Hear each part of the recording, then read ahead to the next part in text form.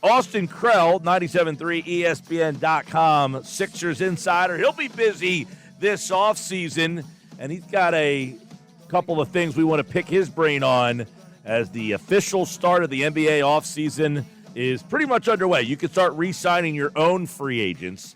Free agency opens on the night of June 30th. And, of course, we'll have more on that July 1st when everything should start happening here. What could the Sixers' plans be? Let's start at the top, though, Austin. Are you keeping your eye on any of their current free agents and them returning back to Philadelphia? They got a lot of them. You got, of course, Oubre and Nick Batum and Kyle Lowry, Buddy Hield. There's a bunch of them. DeAnthony Melton, Cameron Payne. Any of these guys that you have your eye on with intrigue on whether the Sixers will make an announcement on in the coming days? Hey, Mike. So I think the priority, it sounds like, is Nico Batum. As far as I understand, they're giving him his due space as he prepares for the Olympics. His trainer has said that he's preparing heavily for the Olympics. I don't know that he has made it clear to any of at least to the parties that I've talked to, whether he will retire after the Olympics or go back to the NBA for another season. But it seems as though, just from the things that are out there, like the Sixers would be the ones who would be most interested in him. He would, in theory, be he wouldn't go play for Charlotte per se, right. A team that is not in position to contend. That's sort of the main guy. Oubre, I have very little feel for. He did just sign an agent, which to me tells me he expects to have some level of bargaining power in the market when the free agency period opens. So I would anticipate at least, that there being, the Sixers are going to say, this is what we think you're worth. And he's either going to have the option of return or some team is going to pay him a lot more money than the Sixers are willing to give. Nothing would surprise me there. But I think the way that the order of operations definitively has to work is that it's your big fish first. It is your remaining cap room second. It is your exceptions and your minimums. And then it's you worry about the guys who you already have, which is to say Tyrese Maxey and Joel Embiid. Yeah, I mean, obviously, it's funny because they only have those two guys really on the roster. Everybody else is free, and they only have like two really signed players. I guess Paul Reed's an interesting story there that you could either kind of dive into a little deeper if you want, whether or not you think he'll be back here. I guess because they didn't get out of the first round, technically he could be gone too. So they can be a completely new roster, or you target your big-time free agent and then kind of target the guys that you want to come back. But then you're kind of playing with fire if somebody else targets some of those guys.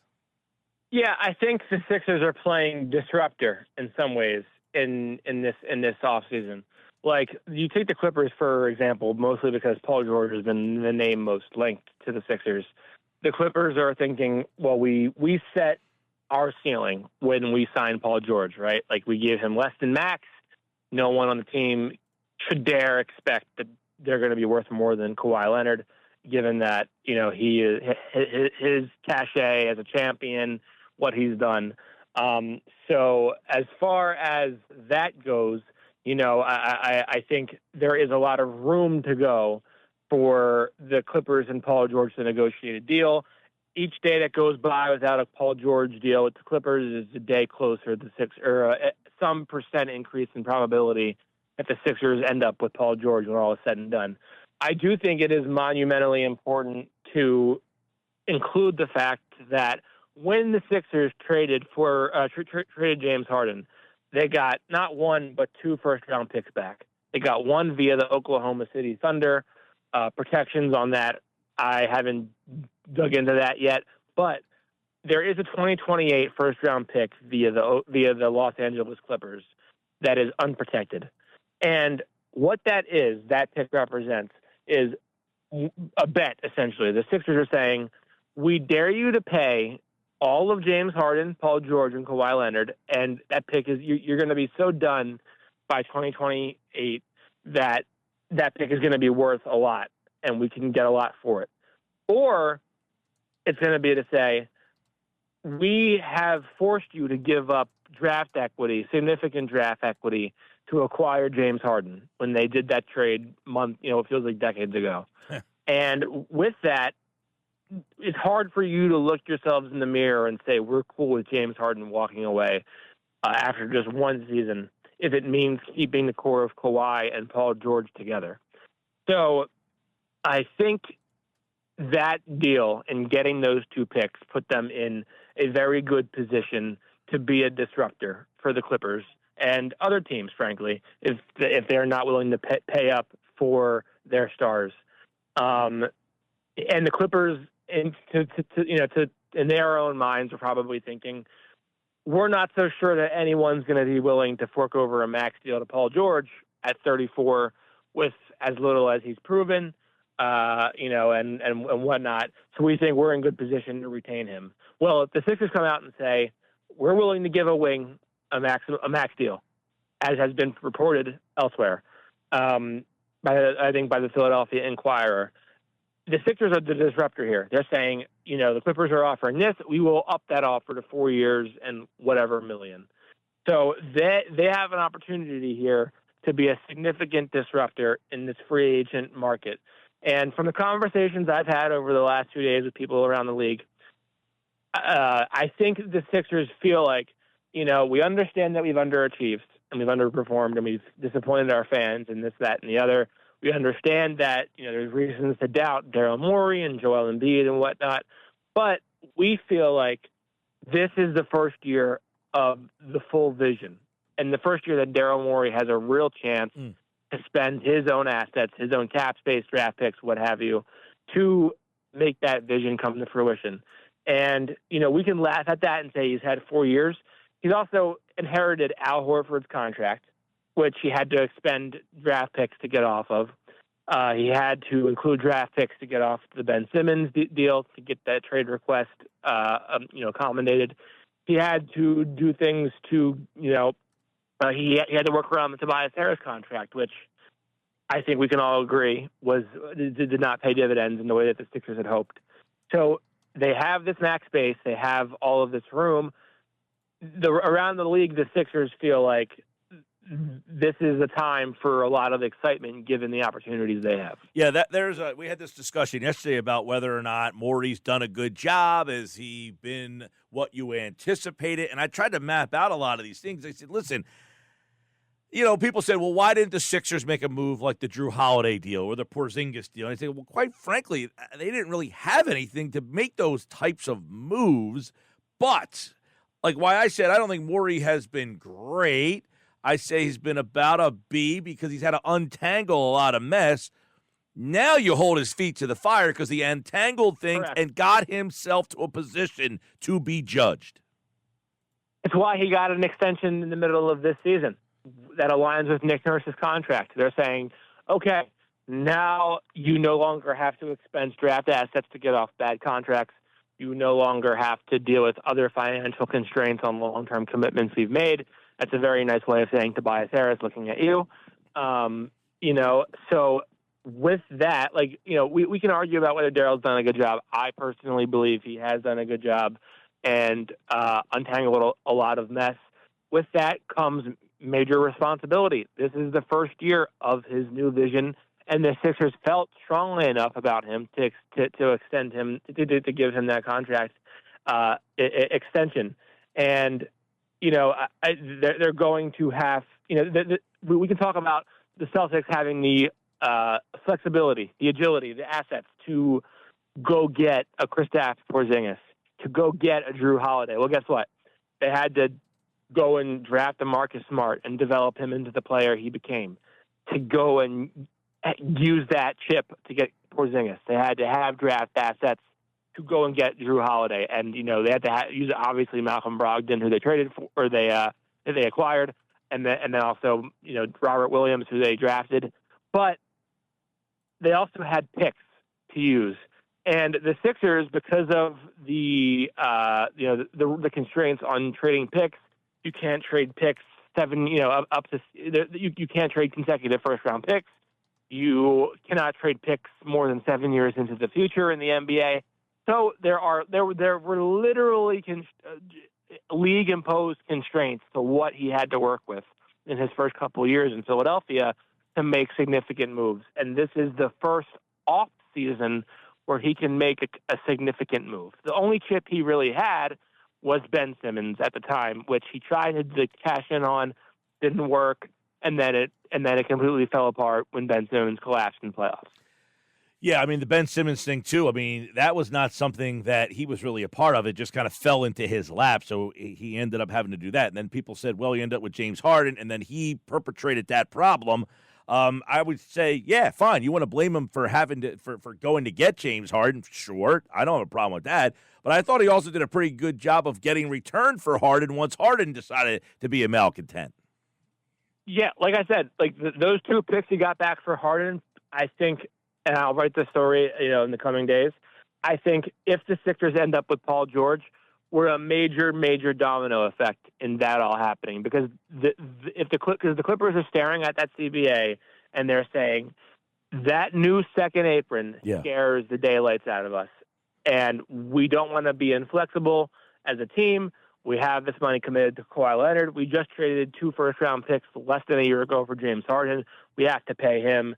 And given what the current environment is in the NBA, given the constraints of the current CBA that's going to be in place, their thinking is clearly their thinking is we don't feel like being, show me the money with Paul George, and that opens up the door for the Sixers to be like, hey, we need a wing who is a star level player who can create his own shot.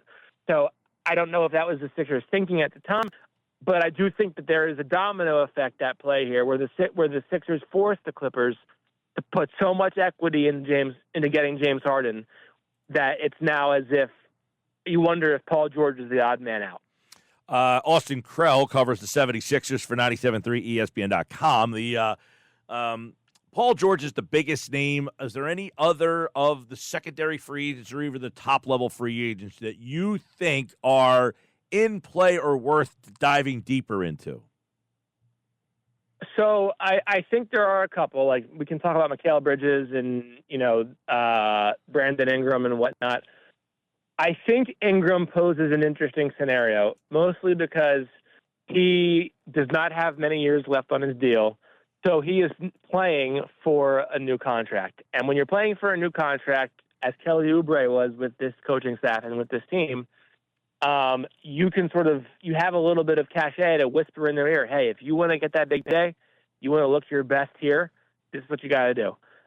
Ingram is not a volume three-point shooter in New Orleans. He's a very mid-range heavy guy. He has a high release point on his jumper that makes him inherently somebody who is going to take difficult, inefficient shots. I think maybe you can coax more threes out of him. And if he's willing to take more threes, he hits them at a high clip, that suddenly becomes a more valuable wing player for you. And guess what? If you don't like what you're getting out of him, you don't have to re-sign him. You can simply sign and trade him, let it walk, and basically kick the can down the road. If it pays massive dividends in year one, okay, then you have him already under your umbrella. You can re-sign him. People talk about Mikal Bridges and Lauri Markkanen guys.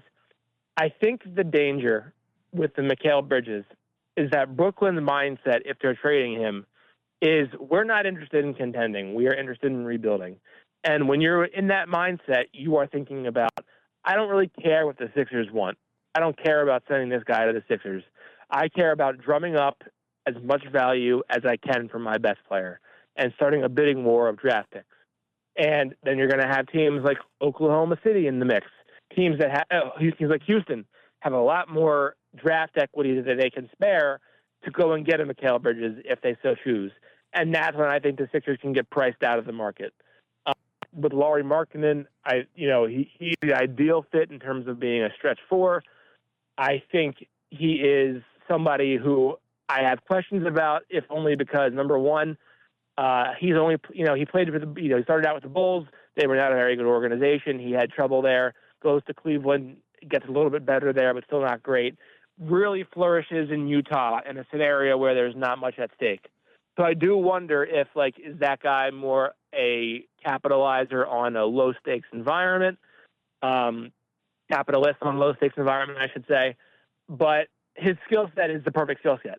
I also think, Danny Ainge is going to want every single draft pick you have to get Lauri Markkanen. So I think, there's realistically 5 or 6, maybe 7 guys you can talk yourself into as being, viable on the list. But I think it's pretty clear the Sixers, top 2 or 3, it's Paul George, number 1, it's LeBron, and it's Jimmy Butler, if all else fails. All right. I saw you post something at X, at NBA Krell. A lot of people said, look, the dynasty Celtics, this team's going to win again, and that maybe the Sixers need to change course and go into a different direction. Any thoughts of that being a possibility? From what I've gathered recently, I don't think they plan on. I don't think giving Joel Embiid his extension is the forefront of their mind. I'm not sure whether that'll happen this summer. That isn't something that goes away, but I don't know that as soon as Joel is extension eligible, that he's going to get his extension. I do believe that Tyrese Maxey will get his. That'll be the last piece of business, just in order to correctly do the order of operations under the CBA. I think you look at this team from from where they stand, they want to be in position where they're selling prospective players on Tyrese and Joel will be here long term. And I do think it was important to them that Joel went on NBA Countdown a couple Fridays ago next to Paul George. Looks very happy, says he's excited about the future. So as long as you have Joel, who is going to be 31 towards the end of this season, and whether he can stay healthy, if you have a magic 8 ball, let me know. His health is the biggest thing in all of this. But as long as you have him and his skill set, as long as you have Tyrese Maxey, who seems to be blooming into an All-NBA player at age 23. You have max cap space this summer to add a third piece if that is the route you so choose. I think there is a lot of reason to be optimistic about this team's prospects going forward, because Boston looks great. They look unbeatable. They beat Dallas, who was not a very great team. In the finals 4-1, we all knew that Boston was going to be in this position. They were 64-18, whatever it was. They were all season long. They were lined up to be in this position, and they capitalized. They won the title. I don't think them winning one championship should be what sways you into believing that it's time for a Sixers rebuild. I also think you look at Jason Tatum and Jaylen Brown and say they are 26 and 27 years old. If you were to rebuild right now and trade Joel today, hypothetically, you're looking at a 5-year window where you're not 3 or 4 or 5 year window where you're not competitive as you try to figure out your rebuild. Okay, and you're ready to go. Those guys are 31 and 32. They're not going anywhere. Mm-hmm. Those guys are still young enough. They are not going anywhere. Boston can shape shift that core around them. Now, I would look at it from the perspective of this: the CBA is going to make Boston make some decisions in the near future about Kristaps Porzingis, Drew Holiday, Derek White. Al Horford probably retires in the next 1 to 2 years. Realistically, they have another 2 years, maybe at least, to contend. But for right now, I think it is not all said and done in the East for the next decade. They're not a dynasty. They have won exactly one title. They have won one title. Their road to get there was not the strongest road when all was said and done. That is not to discount them, but it was not the strongest road to get there. Joel hinted at that. Correct. And so my mindset as someone who covers the NBA would be, look, you only get so many Joel Embiids in the NBA, guys who are consensus top 10 players, top 5 players, two-way dominant stars.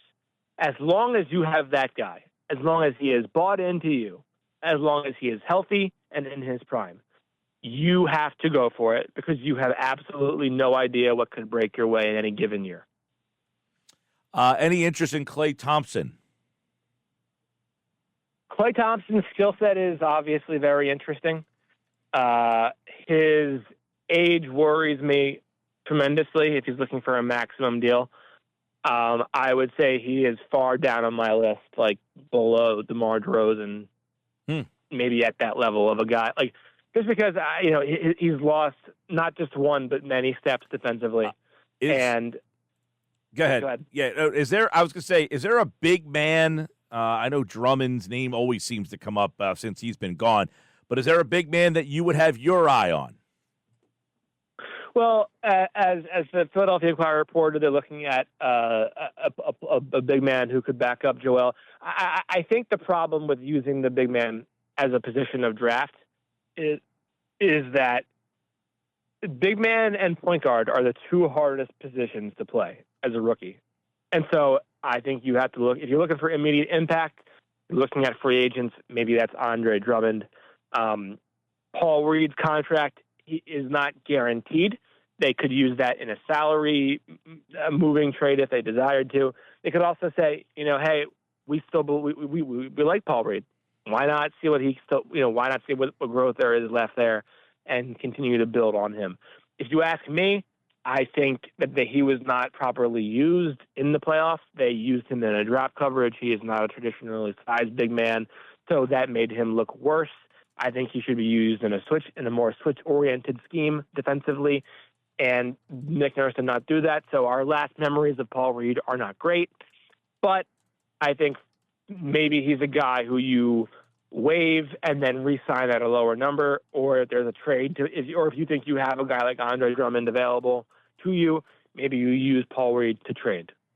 All right. Well, it's going to be interesting, and it all starts right after the draft, which is next Wednesday, June 26th, and you can hear that right here on 97, at least the first round. And we will be there in person. We will be there live from Sixers HQ. Very cool, yes. And we'll be catching up with Austin as soon as free agency opens on Monday, the 1st. That actually starts on the Sunday night, but we're not on the air Sunday night. So Monday, we will be live with a free agent preview of everything that happens. Austin Krell at NBA Krell. Check him out and follow him this offseason for all the Sixers news and draft night. Thank you, Austin. Thank you. Great job, man. Awesome stuff there. There you go. A little preview of what Austin's looking at as we get ready for that. He's going to be at the draft. We'll talk to him draft night. That is on Wednesday the 26th. And, of course, he will be live in studio for a free agent special on Monday, July the 1st. That's right here on the Sports Bash Live on 97.3 ESPN.